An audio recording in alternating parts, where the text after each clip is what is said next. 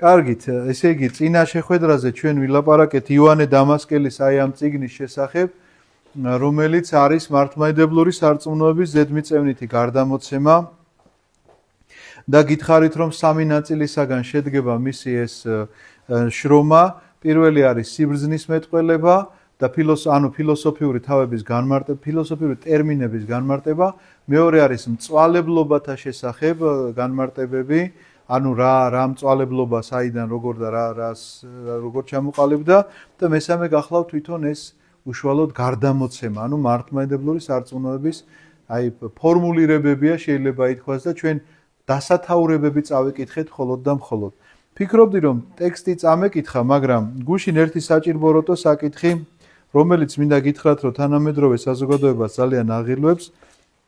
ერთმა ჩემმა მეგობარმა სახელს და გვარს არ დავასახელებ, მეგობარმა რაღაცნაირად კითხა და მე გადავწყვიტე, რომ მე თქვა, იმიტომ რომ ძალიან აქტუალურია ეს თემა.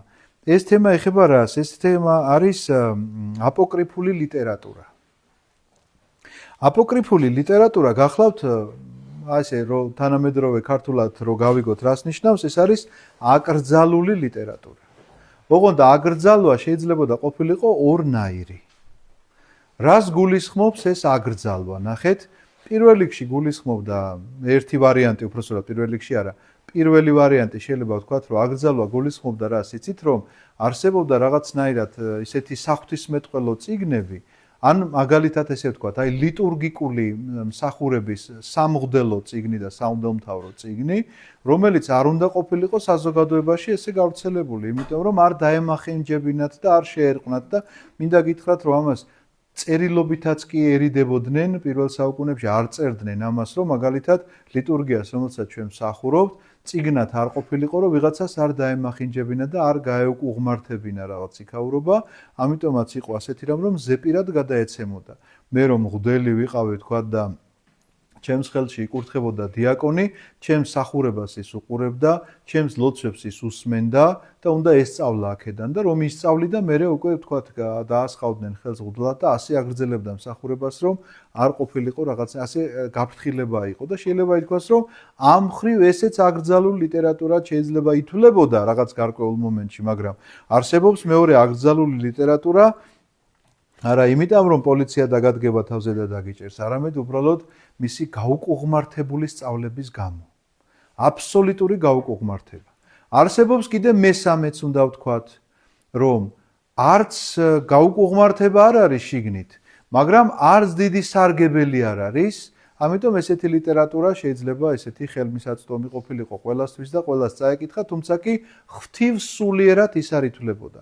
ჩვენ წმინდა წერილის წიგნებში რაც გვაქვს, აი ბიბლია რო აწერია, ამ ბიბლიაში რაც წერია, ყველა წიგნზე ვამბობთ, რომ ეს წიგნი ღვთივსულიერია. მაგრამ ამ წიგნის გარდა კიდე რაღაცა სხვა წიგნებიც არსებობდა. ეხლა რატომ მოვყევი ეს ამხელა ამბავი? უშუალოდ აპოკრიფებზე მინდოდა მივსულიყავ. თქვენ შეიძლება გაიგონოთ უამრავი სახარების შესახებ. მათ შორის თომას სახარება, მათ შორის პეტრეს სახარება, მათ შორის იაკობის სახარება, მათ შორის მარკოზის სახარება, მარკოზი რომელიც აქ ყავს შეყვანილი, იმის გარდა კიდე სხვა მარკოზის სახარებაც არსებობს.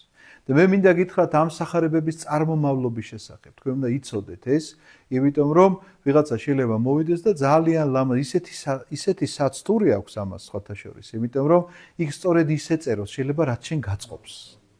და ამიტომ ამას აქვს ძალიან დიდი საცტური, რომ მე მოხვიდე და თქვა, რომ როგორ ეხა ის შენ რომ მეუნები ეს სახარე, ამის გარდა თურმე სხვა სახარებაც არსებობს და რატომ არ შეიძლება რომ ის უფრო ჭეშმარიტი იყოს და ეს უფრო ნაკლებ ჭეშმარიტი. ამიტომ დღეს გადავწყვიტე ვილაპარაკო ერთ აი ესეთ მთავარ საცდურზე, რომელსაც ქვია გნოსტიციზმი. გაგიგიათ რა არის გნოსტიციზმი? გნოსის არის ცოდნა, თვითონ სიტყვა, ბერძნული სიტყვა. ორიგენემდე რა თქმა უნდა, იქ ადრე იყო უფრო გნოსტიციზმის სექტა. გნოსტიციზმი გახლავთ ჩემო ძვირფასებო ძალიან მაცდური რამ და რატომ არის ნახეთ მაცდური. ყველა რაღაცა გაუკუღმართებული სწავლება საიდან მოდიოდა, იცით რომ ქონდა მას ან წარმართული ფესვები, ან ჭეშმარიტი სარწმუნოებისგან მოდიოდა ფესვებით, მაგრამ მერე იყო გაუკუღმართებული ეს სწავლება.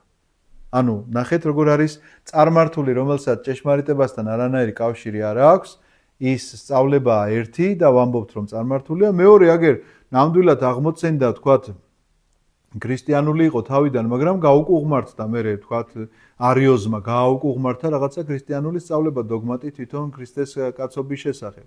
ამიტომაც ეს ერთიც და მეორეც რა თქმა უნდა მიუღებელია ჩვენთვის, მაგრამ გნოსტიციზმში ყველაზე დიდი საცდური რა არის, იცით რომ ეს და ეს გაერთიანდა. ცალ-ცალკე კი არ იყო, წარმართულიდანაც აიღო რაღაცა და აქედანაც აიღო რაღაცა და რაღაცა თითქოს გაერთიანა აღმოსავლური ცოდნები, რაღაცა ბატონო ქრისტემდე უკვე მას ჰქონდა ჩანასახი და ქრისტეს შემდგომ როგორ განვითარდა დღეს ჩვენ ამის შესახებ ვილაპარაკებთ, იმიტომ რომ იქამდე რადგან სახარებები არ არსებობდა, ამის გამო აღარ ვილაპარაკებთ, იმიტომ რომ იქაც იყო მთელი ფილოსოფიური მოძღვრება იყო, რომელიც საყრდენი და გახლავთ დუალიზმი. დუალიზმი არის შესაქმის ორი საწყისი, რომ ღმერთის პარალელურად ბოროტება არსებობდა და ღმერთი კეთილს ქმნიდა და ის ბოროტს. ეს დუალიზმი რა თქმა უნდა მიუღებელი სწავლებაა მართლმადიდებლებისთვის, ჩვენ ამას არ შევიწყნარებთ ამ სწავლებას არანაირად, იმიტომ რომ ერთი ღმერთი ჭეშმარიტის არსებობას ვამბობთ, რომლისგანაც ყველაფერი კეთილია შექმნილი და მერე ვიღაცა თავისი ნებით ხდება, თქვათ, არჩევანს აკეთებს მარჯვნივ თუ მარცხნივ. რა კარგია ცხელი ჩაი. ეხლა უყურეთ რა ხდება ოღონდ ძალიან ისეთი უხეშიენი თუნდა აუხსნა, ეს ესე ნამდვილად ვიღაცა გნოსტიკოსმა რომ მოგვისე გაბრაზდება, იმიტომ რომ მთელი ფილოსოფიური ამბები აქვს მაგათ ჩამოყალიბებული და ეხლა მე ასე მარტივად დაფაზე დახატვას ვაპირებ, ესე არ არის რა. ეხლა უყურეთ როგორია მათი მოძღვრება, რას ამბობენ გნოსტიკოსები. იქ მთელი სახელებია, ოღონდ ღმერთის, დემიურგი ხო თქვით ერთი და მთელი სახელებია, რომელთაც დამახსოვრება მე თვითონ მიჭირს მართალი გითხრა და რომც გითხრათ ეხლა თქვენს ტვინებს დაუღლი უბრალოდ მეტი არაფერი. უბრალოდ აი მარტივი ენით ავხსნათ. წარმოიდგინეთ მე ცუდად ხატავ. აი ჭურჭელი წარმოიდგინეთ ესეთი თასი ვთქვათ. აი ესეთი თასი არსებობს. ასე რომ ვთქვათ ეხლა რომ ღმერთი არის აბსოლუტური სისავსე. ეს მე გვიან პლოტინი იყო ასეთი ფილოსოფოსი და მან ჩამოაყალიბა ასეთი სწავლება. აბსოლუტური სისავსეა ეს ღმერთი. რომელი ღმერთიც აი ამ აბსოლუტურ სისავსეში ამ თასში შეიძლება ესე ადამიანურმა გონებამ რომ დაუშვას, ეს აბსოლუტური სისავსე არის ამ თასში ესე მოკლედ განსვენებული. მაგრამ იმდენად დიდი სისავსეა, რომ ამ თასში ვერ ეტევა და გადმოედინა. გადმოიღვარა. მაგრამ როგორც კი ამ თავს მოშორდა, აღმოჩნდა რომ უკვე ბოროტებაშია, იმიტომ რომ სიკეთეში აღარ არის. სიკეთე მხოლოდ აქ არის. აი ამ ადგილას. მათი გაგებით. სიკეთე მხოლოდ თუ გაუგებარი იყოს, ამე აქვე მკითხეთ ხოლმე რა. სიკეთე მხოლოდ აქ არის. აქედან ნებისმიერი გადმოდინება უკვე სიკეთის გარეთ დგომაა. სიკეთესგან მოშორებულობაა, რაც იმას ნიშნავს რომ ბოროტება. მიუხედავად იმისა, რომ ბოროტება აქაური და წამოყოლილი რაღაცა ნაპერწკლები მასში ანთია. აი ვარსკვლავები რო დავხატოთ ეხა ეს. აი ესეთი ნაპერწკლები ანთია მიუხედავად იმისა, რომ გარეთ გადმოედინა და ბოროტება აქედან წამოღებული მემკვიდრეობითად აქვს მას ესეთი ანთებული ვარსკვლავები, სიკეთის ვარსკვლავები. ახლა უყურეთ როგორია მათი მოძღვრება სამყაროს შექმნის შესახებ. რომ აი ამ სიკეთემ კი არ შექმნა სამყარო. აი ამ ბოროტებამ შექმნა სამყარო, აი ეს თქვა სამყაროა. და ამ სამყაროში ეს სიკეთე ცდილობდა რომ ეს გაბნეული ნაპერწკლები უკან მოეგროვებინა. ამიტომაც ეს რადგანაც ბოროტია შექმნა სამყარო შექმნას ბოროტებას მიაწერენ და ამ სამყაროში ეს ნაპერწკლები განაბნინა ისე რომ ამან უკან ვერ დაიბრუნოს. იმიტომ რომ ეს ბოროტია. გასაგებად ხსნი? ამ სამყაროში გნოსტიკოსების თვალთახედვით ეს ნაპერწკლები გაბნეულია არა ყველაში, ზოგიერთ ადამიანში. რაც იმას ნიშნავს, რომ ვინც ზოგიერთად, ესე იგი, ამ ზოგიერთმა უნდა იპოვოს თავისი თავი, როგორც გნოსტიკოსი. ეს არის გნოსტიციზმი, რომ ცოდნას ნიშნავს და ეს ცოდნა უნდა გამოვლინდეს მასში, ან შენ რომ მე ვარ თქვა გნოსტიკოსი, უნდა გამოვავლინო შენში დავინახე ეს. ვიღაცაში ვისიც ვერ დავინახეთ და არ არსებობს, ის არის ცხოველი. ის როგორც დაიბადა ცხოველი და მოკვდება და არაფერი მისგან არ რჩება, დაახლოებით ესეთი წარმოდგენა აქვს მასზე. მაგრამ ვისიც დავინახე ეს ნაპერწკალი, მე უნდა ვუთხრა რომ შენში არის ეს ნაპერწკალი. რომ გადავარჩინო ეს ადამიანი. აი ეს ქადაგება ხდება, მინდა გითხრათ, ამ ნაპერწკლის გამოვლინება ხდება, იცით როგორ იგზით? სქესობრივი. მათ შორის ერთსქესიანთა შორისაც კი. ამიტომაც ის გაუკუღმართებული სწავლება მათ შორის ერთსქესიანთა გნოსტიკური სწავლება მინდა გითხრათ. სრულიად თამამად გეტყვით ამას, რომ მათგან ეს საკითხიც გამართლებული იყო. მათთვის გამართლებულია მაგალითად ერთი რამ უყურეთ. გველი, რომელმაც ჩვენ ვამბობთ, რომ აცთუნა ადამი, სინამდვილეში გნოსტიკოსები ამბობენ, გველი არის კეთილისგან გამოგზავნილი, რომელიც ეუბნება ადამიანს, რომ აი ეს შენშია ეს სიკეთე. და რატო ვამბობ, იცით, რომ იმდენად დიდი საცდურია ესა. ადამიანი რაღაცა თავისთავში შეიძლება იპოვოს ძალიან ბევრი გამართლება მოუპოვოს, რომ მე ბოროტება ჩემი ბრალი კი არ ყოფილა თურმე. აი იმის ბრალი ყოფილა, ვიღაცის ბრალი ყოფილა და ეს გადაბრალება ხო ისედაც გვახასიათებს რა, რომ მე რომ ესე იგი კაცი გავლანძღე, ჩემი ბრალი კი არ იყო კაცო. იმან დაიმსახურა და იმიტომ გავლანძღე, თორე მე რა შუაში ვარ. დაახლოებით ესე ხო ვცხოვრობთ ახლა ჩვენ და ეხლა წარმოიდგინეთ, რომ სწავლებითად რო გეძლევა, ეს რამდენად დიდი საცდურია. ეხლა ერთი საკითხი რაც ვთქვით, ეხლა სახარებებამდე მივალ აუცილებლად უნდა მეთქვა უბრალოდ, რომ წარმოიდგინეთ, გველი არის სინამდვილეში კეთილი, რომელიც სიმართლეს უცხადებს ადამიანს. იქ ამ პრინციპის მიხედვით ყველაფერი პირიქითაა. რასაც ჩვენ სიკეთეს ვამბობთ, ისინი ბოროტებად სახავენ და რასაც ჩვენ ბოროტებად ვახავთ, ისინი სიკეთეთ სახავენ. ამ სწავლების გარდა ისინი იძულებულები არიან, მე თუ გავხდი თქვა გნოსტიკოსი, გადმომცეს ეს სწავლება, არ მინდა როგორ ვთქვა, გავიმეორო როგორ გადმომცეს. არც იყო მაინც და მაინც აუცილებელი, მარტო ამ გზით არ ხდებოდა, მინდა გითხრათ, მაგრამ სხვათა შორის ის რო იყო ტროას ომი არ არის ელენას გამო რომ მოხდა? აი ეს ელენაო, ამბობდნენ რომ ის იმაში იყო ეს ნაპერწკალიო და მასთან მისაღწევად იყო მოკლედ მთელი ეს ომი წამოწყებული, რომ გაეცხადებინა ელენასთვის, რო ეთქვათ, რომ შენ ხარ ის გნოსტიკოსი და გაახილე თვალები და ამიტომ გამართლება ძალიან ადვილად მოიპოვებდა ადამიანი. ეხლა უნდა მივიდეთ სახარებებამდე აუცილებლად და უნდა ვნახოთ, რომ ვინც გახდებოდა გნოსტიკოსი და გნოსტიკური თქვათ აღიარებდა თავს, რომ აი მე გნოსტიკოსი ვარ, ჩემში არის ეს ნაპერწკალი, რომელზედაც წევან გელაპარაკეთ. მე აუცილებლად ჩემი სწავლება უნდა მეთქვა და ხალხი უნდა მყოლოდა ირგვლივ. ამისთვის რა მჭირდებოდა? გარდა იმისა, რომ ქადაგება მჭირდებოდა, ამისთვის მჭირდებოდა რა? სახარება, წიგნი მჭირდებოდა. ამიტომ იქნებოდა ესეთი წიგნები უამრავი, ძალიან ბევრი. აი ეს არის სწორედ ის აპოკრიფული ლიტერატურა, ეს ის სახარებებია, რომლებიც არის ძირითადად გნოსტიკოსების მიერ დაწერილი. ამიტომაც მას აწერია მარკოზის ჭეშმარიტი სახარება, თომას სახარება, იაკობის სახარება, თუმცა კი არც ერთი ავთენტური არ არის, მინდა გითხრათ და უფრო მეცაც გეტყვით, დღევანდელ ფილოლოგიას ძალიან თამამად შეუძლია წაკითხული ტექსტის მიხედვით გითხრას, როდის არის ეს ტექსტი დაწერილი. და მარტივად იკვლევს ამას, იმიტომ რომ მე-19 საუკუნეს თავისი ენა აქვს, მე-18 მიუხედავად იმისა, რომ საერთოდ არ არის შორს, აი გეტყვით ახლა 20 წლის წინანდელი ენა და დღევანდელი ენა აბსოლუტურად სხვადასხვა რამე. მათ შორის ენის ნორმებიც კი იცვლება. ეხლა უკვე დადგენილებაა ეს სახელმწიფოღებულობს ამ კანონს, რომ არსებობს ენის ნორმა. მაგალითად, გადავიტანო თუ არა უნდა მესამე მწკრივში და მეოთხე მწკრივში რაღაცა ავდა ამ თევის ნიშანი. იცით ამის შესახებ? თუ არ იცით? აი მაგალითად თუ ვამბობ რომ ვბარავ, რა მიქნია კითხვა როგორ ისმის? დამიბარია ხო თქვით? დამიბარია შეცდომა იყო გარკვეული ხნის წინ, იმიტომ რომ ავდა ამ თემის ნიშანი უნდა გადაყოლოდა მას. ანუ დამიბარავს უნდა თქვა, არის სწორი, დამიხატავს არის. მაგრამ ეხა ეს ნორმები როგორ იცვლება, იცით რომ ხალხი მაინც ასე ლაპარაკობს და მოდი დაუშვათ ეს ნორმები ესე.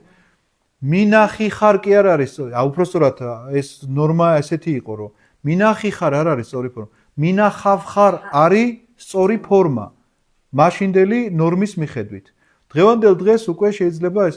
ეხლა რატო ვყვები ამ ამბავს, რომ თუ კი 10 წელიწადში შეიძლება ასე შეიცვალოს ნორმა, ამ ნორმის მიხედვით მე შემიძლია ვთქვა დაწერილ წიგნზე, როდის არის ის დაწერილი.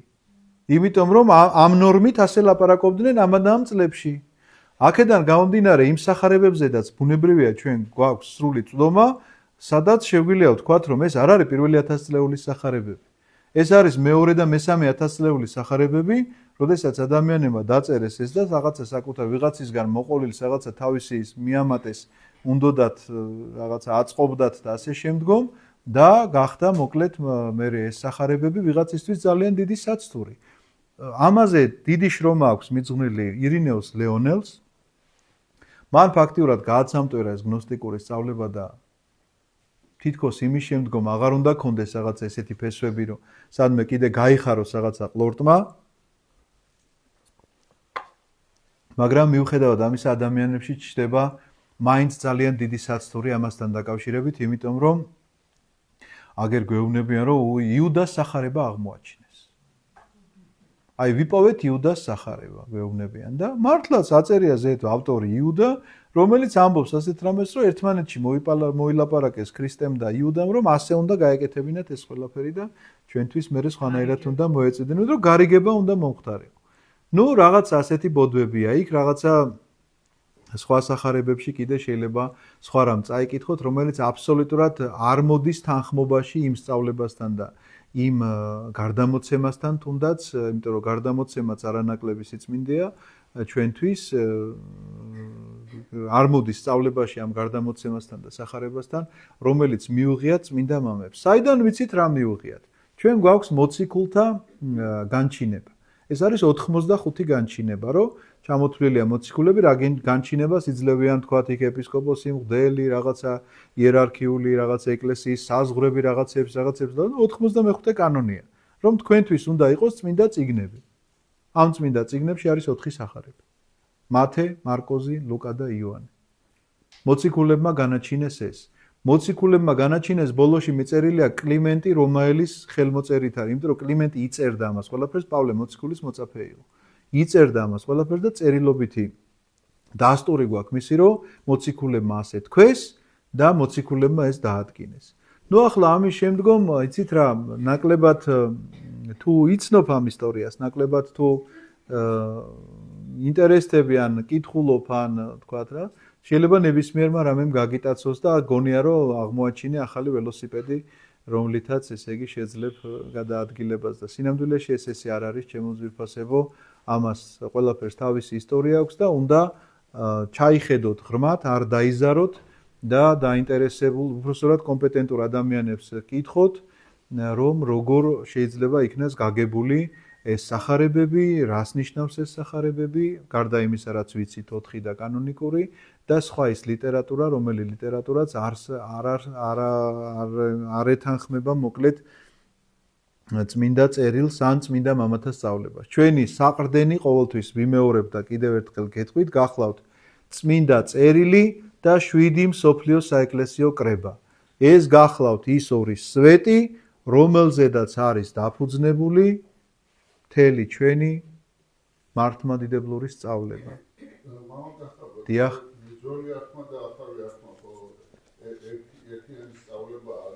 რა თქმა უნდა. აქედან გამომდინარე ეს ამათი სწავლება გნოსტიკოსების გიმნასტიკობაში არა მარტო ახმასთან მოდის, არამედ ძველახმასთანაც მოდის. რა თქმა უნდა. მეტი მტკიცებულება რაც უნდა. რა თქმა უნდა. არა, იცით როგორ არის, რომ თუ თქვენ გნოსტიკოსების ისტორიას ასე არ ჩაუღრმავდებით და მხოლოდ სახარებას ნახავთ, მაშინ ძალიან დიდ საცდურში შეიძლება შევიდეს ადამიანი, იმიტომ რომ ის საერთოდ არ დაიწყებს სამყარო როს წარმოქმნას, როგორ განიხილავენ ისინი, იმიტომ რომ ძველ აღთქმად ხო არ დაუწერიათ, სამაგეროდ დაწერეს პირობითად ვამბობ ახალი აღთქმა. მაგალითად ვიღაცამ დაწერა იუდას სახარება, რომელიც შესაქმესაც არ განიხილავს, თქვათ, იუდას სახარებაში, მაგრამ განიხილავს, თქვათ, ამ ურთიერთმოლაპარაკებას და კიდე რაღაცა საკითხებს, რომელმაც შეიძლება დიდ საცურში ჩააგდოს ადამიანი, რომ რაცაც ეკლესია ამბობს, რომ ბოროტებაა, იმან კეთილად დაგანახოს, რომ არა პირიქით არის ეს ყველაფერი. ვისაც უნდა დაიჯეროს. დიახ. იმათვის არის, ვისაც უნდა.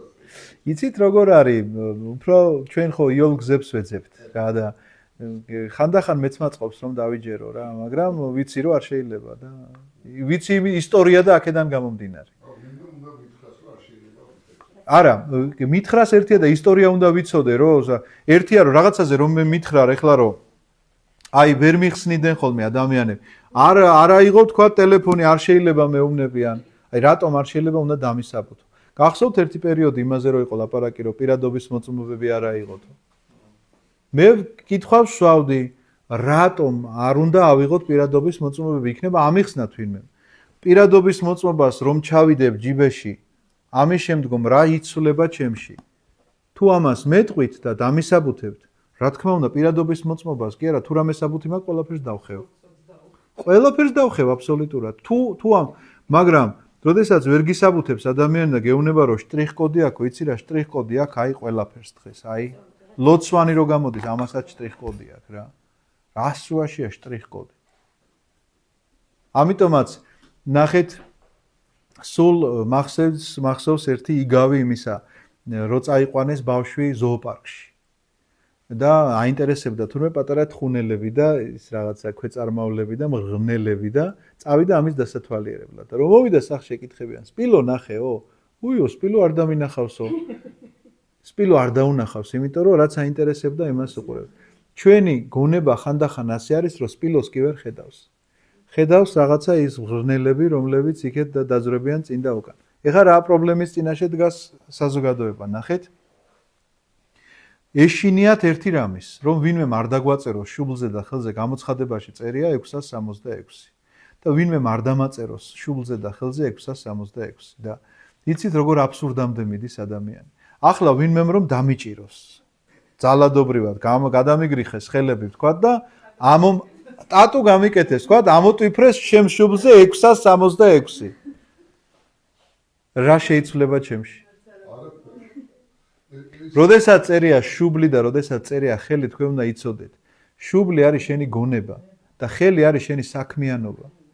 ბიბლია ამაზე გელაპარაკება, რომ თუ შეიცვალა შენი ცნობიერება, თუ შეიცვალა შენი საქმიანობა 666-ის მსახური თუ გახდა, ამ შემთხვევაზეა ლაპარაკი, რომ ამოტვიფრული იქნება შენზე ეს, როგორც გონებაზე და როგორც საქმიანობაზე. და არა ის, რომ მე ფიზიკურად ვიღაცა თუ ახლა მართლა ამომატვიფრავს იმას, რა ქვია, 666, მე გავხდები მისი მსახური. პირიქით, შეიძლება იმას ვქნა, რა ქვია, მოწამეობად შემერაცხოს ის, რომ რაღაცნაირად ხო, იძალადეს ჩემზე. იმიტომ რომ ეს ჩემი ნების საწინააღმდეგო. აქ ლაპარაკი ისე, რომ შენი ნებით გააკეთებ ადამიანი ამას, ჯვარი გეწეროთ ყველას. თავისი ნებით მიდი. თქვენ რა გონიათ, რომ ანტიქრისტეს ადამიანები ესე იგი შეშინებულები გაიქცევიან და დაემალებიან და ანტიქრისტე დაერევა ესე? ტყუილია ეს. ანტიქრისტე შეხვდებიან ტაშის გრიალით. მოვიდა ჩვენი მხსნელი და გადამრჩენელიო იტყვიან. და ეს იქნება მათი ნება გამოხატული. პირდაპირ გამოხატული, როგორც დღევანდელ დღეს, აი პირდაპირ შეიძლება გაუგონარ ამბებს მოისმენ ხანდახან, მაგრამ ერთეულებშია და ასე იქნება მასობრივად. რა ამბებს მოისმენ, იცი? აი ვიღაცა რო ამბობს, რომ ძალიან საშინელი ამბავი მოვისმინე ხა რა, ზნეობრივ გარყვნილებებზე აღარ ვლაპარაკობ ხა. კაცი ამბობს ახალგაზრდა კაცი, რომ აგერ რო ხედავ, კაცი რო იხჩებოდესო, ჩემ ძაღლს გადავარჩენო და იმ კაც არ ვიცნობო და რატო უნდა გადავარჩინო? ესე იგი, მისთვის ძაღლი უფრო ფასეულია ვიდრე ადამიანი. ეს ძალიან დიდი ტრაგედიაა. ძალიან დიდი ტრაგედიაა. ეხლა თვითონ რო იხჩებოდეს, წარმოგიდგენიათ თქვენ და ვიღაცამ რომ ესე უთხრას, რომ იცი რა, შენ არ გიცნობ ძმაო და აგერ ჩემი ძაღლია ეს, მე გავზარდე და ეს უნდა გადავარჩინო. წარმოგიდგენ ხა, როგორ შეიძლება ძაღლი არ გიყვარდეს, მაგრამ ადამიანზე წინ დააყენო? ხო და აქეთკენ ხო მიდის კაცობრიობა. აქეთკენ მიემართება ესე იგი მთელი იმითი, რა ქვია, შაგონ მარშ რო გამოაცხადები. კი, ამას ვამბობ. აღარ ვლაპარაკობ რაღაცა ზნეობრივ საკითხებზე, რომ ყველაფერი მოსულა. რაც შენ გაგიხარდება და ავიწყდება ადამიანს ერთი რამ, რომ მისი აი როგორ არის შექმნილი ადამიანი? შედგენილია. ამაზე ჩვენ ვილაპარაკეთ და ვთქვით, რომ სხეულით აბსოლუტურად ცხოველს გავს და სულით ღმერთს. სულით ღმერთთან ნათესავია და სხეულით ცხოველთან ნათესავია. მოდი ასე ვთქვათ, უფრო კონკრეტიზაცია რო გავაკეთოთ. რასაც განავითარებს ადამიანი, ის იქნება. თუ მისი ფიქრი და გრძნობა არ შორდება ხორციელ სიამოვნებას, ცხოველისგან მას არაფერი არ განასხვავებს. თუ სულიერზე არაფერზე არ ზრუნავს, ცხოველისგან არაფერი არ განასხვავებს, იმიტომ რომ ცხოველია ის, ვინც ამას ფიქრობს. როგორ გამრავლდეს, შეჯვარდეს, თქვათ, საპირისპირო სქესთან და როგორ ჭამოს. მეტი ცხოველის ფიქრი არ არის ჩემო ძვირფასებო რა. სადმე გინახავთ ცხოველის ინტელექტუალური შრომა, რო იძახიან ისეთი ჭკვიანია, რომ ჩუსტები რომ მოაქვს, ეს ინტელექტუალური შრომა არ არის, კაცო. ასეთი დამახსოვრება შეუძლია ნებისმიერ იმას, რა ქვია, რკინასაც კი გუშინ თქვენ რომ მეუბნებოდით, რაღაცა შეიძლება რკინამაც დაიმახსოვროს, რაღაცა მოქმედება და ხელი რო გაუშვა, იგივე მოძრაობა გააკეთოს, ხო? ამპლიტუდა რო არის და იცით ეგ ამბავი თქვენ. ფიზიკის გაკვეთილზე შტატივზე ჩამოვალ ბურთს ესე გაუშვებს ხელ მასწავლებელი და ეუბნება რომ მოძრაობას ამ წერტილიდან ამ წერტილამდე ქვიაო ამპლიტუდაო. ხო და აი უკან დაბრუნებულს თუ იცით რა ქვიაო და ამპლისუდაო იმანოთ რა. ხო და ამპლისუდა. დაახლოებით ეგეთი იმასთან გვაქვს საქმე რა ქვია. ხო ამპლიტუდა და ამპლისუდა. ხო და უკაცრავად ამ გადახვევისთვის, მაგრამ ასე არის აბსოლუტურად ცხოველს ემსგავსება თუ მისი ფიქრი არის მხოლოდ და მხოლოდ ის, როგორ შეჯვარდეს და როგორ ჭამოს. მაგრამ თუ კი იწყებს ფიქრს სულიერ განვითარებაზე, რა თქმა უნდა, ეს საკითხები მეორე ხარისხოვანი რჩება. აბსოლუტურად მეორე ხარისხოვანი რჩება. ეს იმას არ ნიშნავს, რომ მოთხოვნილება არ რჩება და რაღაცნაირად ამ მოთხოვნილებას არ უნდა არ ჭამო და თქვათ, არ გათხოვდე და არ მოიყვანოზე ლაპარაკი კი არ არის. მაგრამ ნორმები არსებობს ამაში ყველაფერში.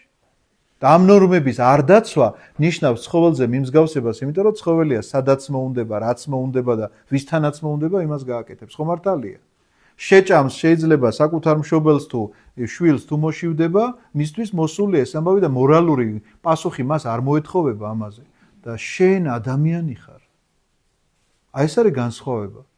რომ ადამიანი უნდა გახდე. და ადამიანი გახდები მაშინ, როდესაც ცხოველისგან შორს დაიჭერ თავს და ნათესაობას იწყებ ღმერთთან და არა ცხოველთან.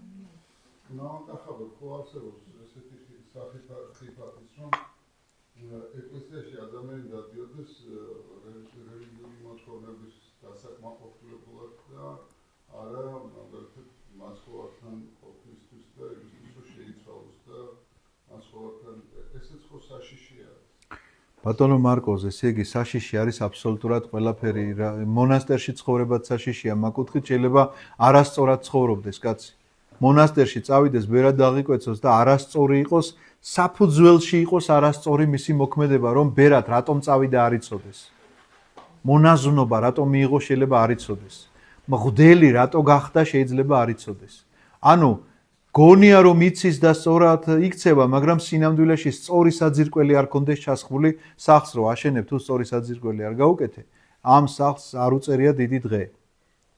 დაინგრევა, ჯერ გარეგნობითაც უშნო იქნება და იმიტომ რომ დაქანებული, დაფერდებული იქნება, მოკლედ და მეორე დიდი დღე არ უწერია, იმიტომ რომ ნებისმიერი შეტორტმანება დაანგრევს აი ამ სახლს. სწორედ იგივე მდგომარეობა ნებისმიერ სიტუაციაში, მღვდლობაში, ბერობაში, მონაზვნობაში, ერის ადამიანობაში როდესაც შენ ეკლესიაში ხარ, თუ არ იცი რატომ ხარ და დღეს ეს წავიკითხეთ ჩვენ და ვთქვით, აი ეფესელთა მიმართ ეპისტოლეს, როდესაც ვცდილობდით რომ განგვემარტა, იქ პირდაპირ წერია, შენი მოვალეობა რა არის, რა უნდა გააკეთო რომ აი ესე იგი საიდან ხარ გამოხსნილი, ჯერ ამას გიხსნის პავლე მოციქული, საიდან რა ჭაობიდან, რა სიმაღლეზე აგიყვანა ღმერთმა, ანუ სად იხრჩობოდი და სად ამოგიყვანა და სად დაგაყენა და ახლა გეკითხება შენი მოვალეობა რა არის, იცი თუ არა?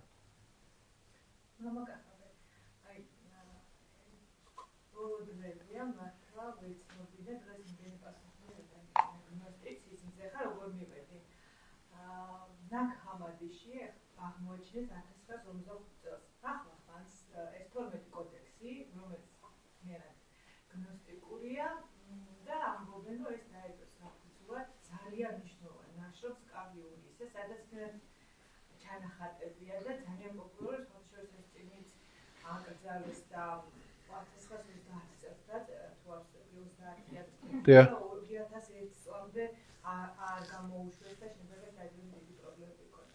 მაგრამ რა მაინტერესებს, აქ არის 12 კოდექსი, რაც თქვით, რომ იოანეს სახარება არა, საიდუმლო წიგნი, თომას სახარება და ეს ყველაფერი. О, дорогой отец Александр. Вау, ისეთი რამე გამახსენა, მე არ მახსოვდა ნამდვილად რა. დავით არსენიშვილი იყო ასეთი კაცი, საოცარი ისტორია აქვს რა. რუსებმა იციან ყველამ და ჩვენ არ ვიცით. მეც იქ გავიგე. მოსკოვში რო გამიშვეს მსახურებისთვის იქ გავიგე მისი ისტორია. დავით არსენიშვილი იყო კაცი, მეცნიერი კაცი, რომელმაც აქ თბილისში რაკნაჯერ იმას გეტყვით, გადაარჩინა ანჩის ხატი. ანჩის ხატის დანგრევას რო აპირებდნენ, შევიდა შიგნით, შეიტანა საწოლი, ერთი ლეიბი შეიტანა თურმე და შიგნიდან ჩაკეტა კარი. და შიგნით ეძინა და უთხრა რომ დაანგრიეთო და ნუ რაღაცა ვერ დაანგრიეს, იმიტომ რომ რო დაეწყოთ დანგრევა, ნუ დაეცემოდა და მოკვდებოდა ეს კაცი და ვერ ამის შემდეგ წავიდა მოსკოვში და დაიწყო რუბლიოვის ნაშრომების მოგროვება. და ცხოვრობდა, აი მე ნანახი მაქვს, სადაც ცხოვრობდა, რა გითხრათ, ეხა ეს დარბაზია იმასთან შედარებით. საეროპირი იყო, კი. აი ესეთი ეს ოთახი რო ეხა ესე გადავტიხროთ, აი დაახლოებით ამ ხელაკუთხე აქ ქონდა საწოლით, სამუშაო მაგიდაც. ყველაფერი ეს და მოკლედ რუბლიოვის მთელი ეს შრომები მან შეაგროვა და გადაარჩინა, იმიტომ რომ კომუნისტები განადგურებას უპირებდნენ. დიახ. გადაარჩინა და დღეს რომ გალერეაში და მუზეუმებში და ტაძრებში უკიდიათ, ეს არის დავით არსენიშვილის დამსახურება. გაკეთდა პირველი მუზეუმი, მაშინ ხო ესე როგორც სიწმინდეები ვერ გამოფენდნენ და მონასტერი არის ერთ-ერთი ძველი დამავიწყდა იმ მონასტრის სახელი მოსკოვის ცენტრშია. ამ მონასტერში გაკეთდა როგორც მუზეუმი და დანიშნეს დირექტორად ეს კაცი და ცდილობდა რომ გადაერჩინა ეს ყველაფერი და მართლაც შეძლო და მოახერხა გადაარჩინა, რო ნახეს ხა გადარჩა და ასეთი ექსპონატებია და ნუ კულტურულ ძეგლად მიაჩნიათ მაგათ რომ ამ მონასტერში თვითონ მონასტერია კულტურული ძეგლი და მე თვითონ ეს ხატები მიიჩნიეს კულტურულ ძეგლად გადაწყვიტეს რომ ცოტა პომპეზუროი გაეხადათ ეს ყველაფერი რა თქმა უნდა დავით ისა რა ქვია არსენიშვილი გააგდეს იქედან მოხსნეს თანამდებობიდან ფოტო მასალა მაქვს ნანახი და ვიდეო ისიც არის გადაღებული დოკუმენტური ფილმი სადაც ესე იგი თავის მიერ გახსნილ და გადარჩენილ მუზეუმში ის გარეთ დგას ესე თავდახრილი და ესენი შედიან თვითონ ამე საქმე გააკეთეს ის ხალხი შედის ვინც განადგურებას უპირებდა ამ ყველაფერს რა და ყოველი 16 ნოემბერი უпростоრად როგორ არის იცით რომ სადღაც 15-იან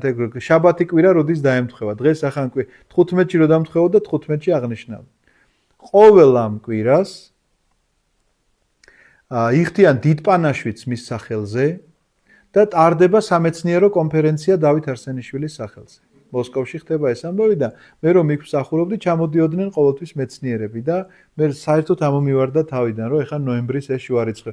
აი ნოემბრის შუა რიცხვებში როცა დაემთხვევა 14 იქნება 15 თუ 16, აი ამის მიხედვით ეს კონფერენცია ესე იმართება და საფლავი არის მისი სადღაცა აქ.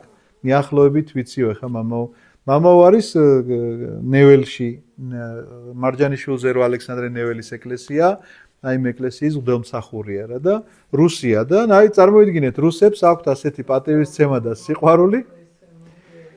ხო. კი, აი სადაც მამა ვიტალია დასაფლავი. მამა ვიტალი სადაც არის მანდარი დასაფლავი. არა, სხვა რამე ეკითხა. მამა ვიტალი სადაც არის დასაფლავებული, იქ მსახურობს მამაო. ნეველში და იქ მსახურობს მამაო. კი ბატონო. ხო და მოკლედ ასეთი გახლავთ ბატონი დავით არსენიშვილის ისტორია. კი, ნამდვილად მოითმა მოიხსენოს მისი უკდავისული და ისეთი საოცარი ისინი აქვს გაკეთებული რაღაცა ამბები, აი მთელი მოსკოვი ფეხზე იმაშვებოდა ხოლმე დგებოდა ამ კაცის სახელის ხსენებაზე. ეს რო გააკეთებია რომ ანდრე ლუგმოვისის გადაჭრა. აბა. კი. კი, არა, რას ამბობთ, ისეთი აქვს გადარჩენილი, ისეთი მათ შორის სამება ყველაფერი რაც არის რუბლიოვის მაგის გადარჩენილია. რო არ განადგურდა ესენი რა. ძალიან ისეთი კაცია რაღაცა საოცარი ისტორია აქვს რა. აი რო არ ეთქვა მამა ალექსანდრეს. უი ალექსანდრეს მამა ვლადიმერ ალექსანდროვია და ვეძახი მამა ალექსანდრეს. მე ხო ურევ სულ ამ სახელებს და დიახ თამარ. დიახ. დიახ. არ უთხრათ არავის. დიახ. მიცით როგორ იყო რომ ძალიან დიდ საცთურში ვარდებოდნენ ადამიანები რა რომ არასწორად იგებდნენ მის მიერ აღსრულებულ სასწაულებს. ამიტომაც მაქსიმალურად ერიდებოდა რომ რაღაცა არასწორად გავრცელებულიყო ეს საქმეები. ახლა როგორ დაიტევდი იმას რომ გარდაცვლილი შვილი აღუდგინა ამ სიხარულს როგორ დაიტევდა როგორ არ ეტყვი მაგრამ ასე რო არ ყოფილიყო ამისი ჯერ ერთი შური უფრო მეტი ჩდებოდა და უფრო მეტი ბრძოლა მიმდინარეობდა მის წინააღმდეგ.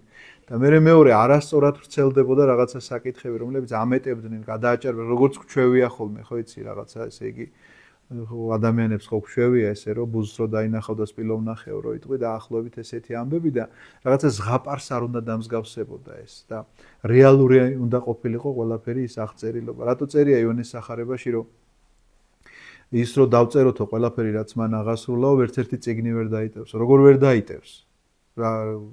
რა არის შეუძლებელი დღეს რომ დაიტიოს რომ ყველაფერი დაგვეწერა რაც მოხდა 33 წლის განმავლობაში რა პრობლემა თითოეულ საათს და წამს ჩაწერ ხო ყოველგვარი პრობლემის გარეშე მაგრამ ამას წერს მამა გაბრიელმა თქვა ერთხელ საოცრად ახსნა ეს ამბავი ჩვენმა მამა გაბრიელმა წმინდანმა ასე ახსნა რომ ესო არ უნდა დამსგავსებოდა რაღაცა მითს ლეგენდას და ზღაპარს რა ნამდვილობასთან უნდა ქონოდა ეს შეხებაოდა როცა ეუბნება რომ არ თქვათ იგივე ბრმებს მეუბნება რომ არ თქვათ რომ თვალე გიხილეთ არ თქვათ პირველ რიგში იმიტომ რომ ეს ბრძოლა მოდის მეორე იმიტომ რომ არასწორად იგებს ამას ხალხი და მაგალითისთვის შემიძლია გითხრათ ასეთი რამ როდესაც 5 პურით 5000 კაცი გააძღო იოანეს სახარებაში წერია მხოლოდ ეს სხვაგან არ არის ეს ხაზგასმული თუმცა კი ეს ისეთი სასწაულია სხვათა შორის ნახეთ რა საოცარი რამეა სახარება რომ 4-ვე სახარებაშია მოთხრობილი ამ სასწაულის შესახებ 5 პურით როგორ გააძღო 5000 კაცი და ლაზარეს აღდგინება მარტო იოანესთან წერია.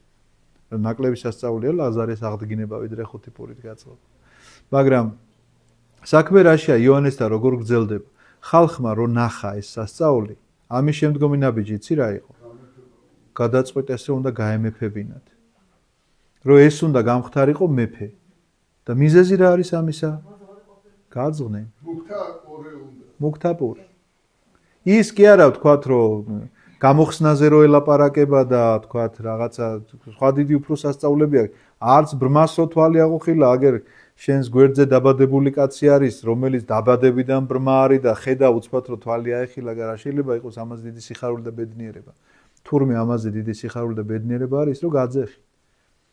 და ამ კუთხით იწყებ მსჯელობას მასზე რომ ამაზე უკეთესი მეფე როგორ უნდა ჩვენ არ გვჭირს ესა ასე არ ვირჩევთ ხოლმე მთავრობას კი ასე ვირჩევთ მთავრობას და იმიტომაც მიდის ჩვენი საქმე კარგად მინდა გითხრათ რა და ხო პირდაპირ მნიშვნელობითაც გაძღობის მნიშვნელობითაც და სულიერი მნიშვნელობითაც რომ გადაწყვიტეს რომ მეფედ აერჩიათ ერთადერთი მიზეზის გამო რომ გაწყდნენ და იფიქრეს რომ მუქთაპურია რა 5 პურით თუ შეუძლია 5000 კაცის გაძღობა ესე თელ ქვეყანას ასე გააძღობს რა ამიტომაც ხო არის ხშირად ეუბნება რომ აი რაღაცნაირად დაწყნარდნენ და ემოციის ფონზე არ გააკეთონ რაღაცა ესეთი გადაწყვეტილებები აი კონკრეტული საჭიროება იყო და გააკეთა იმიტომ ეს ხალხი მახამშიერი იყო და მართლა ჭირდებოდა არა ეგ სხვა ამბავია თქვათ იქ რა საჭიროება იყო და რატომ გააკეთა და როგორ გააკეთა მაგრამ მე თვითონ ხალხის დამოკიდებულებაზე ვლაპარაკობ რომ საზოგადოებას ასეთი მიდგომა აქვს საზოგადოება ასე უყურებს ამ საკითხს რა რომ გავძეხი ესე იგი მეფე ამაზე უკეთეს მეფეს ვერ ავირჩევ რა ამას შეუძლია მომცეს ესე იგი ყველაფერი 5 პურით თუ 5000 კაცი გავძეხით ფულსაც მომცემს იმასაც მომცემს აი რაღაც ფულის ტომარას ესე